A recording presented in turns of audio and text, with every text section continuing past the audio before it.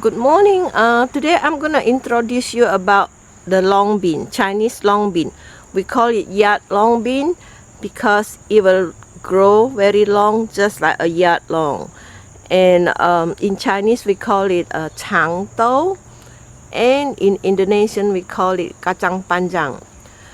Usually it started, this is look like the leaf for the long bean, and it will grow a flower which is called a purple flower. It's small and looks beautiful, but the flower is only lasts one day.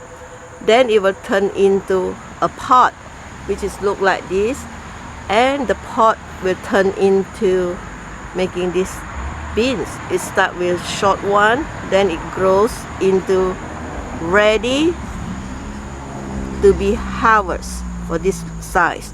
However, if you forgot some, it might left out this very old long bean, which is not good to taste or either to cook anymore. So usually we just keep that one in the plant and then let it dry, and then it looks like this. So if you open it, there's a seed that's already come out, which is we can save it for next year to be planted. Long bean is an annual plant, so when winter comes, it will die.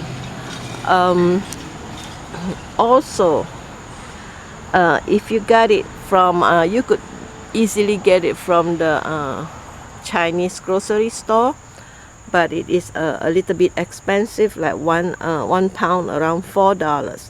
You can also find the seed from Amazon for 1 ounce, about like $10. Long bean also grow in Southeast Asia, and usually they harvested and then cook with the dry shrimp with chili that tastes yummy and contain a lot of vitamins, vitamin A, vitamin C, or calcium, and it is very easy to grow in America, in the southeast. Got plenty of sun, and also is a lot of long beans. So if you like to try long beans, you can always grow by the next season. And that's all, and thanks for watching, and please don't forget to subscribe. Bye bye.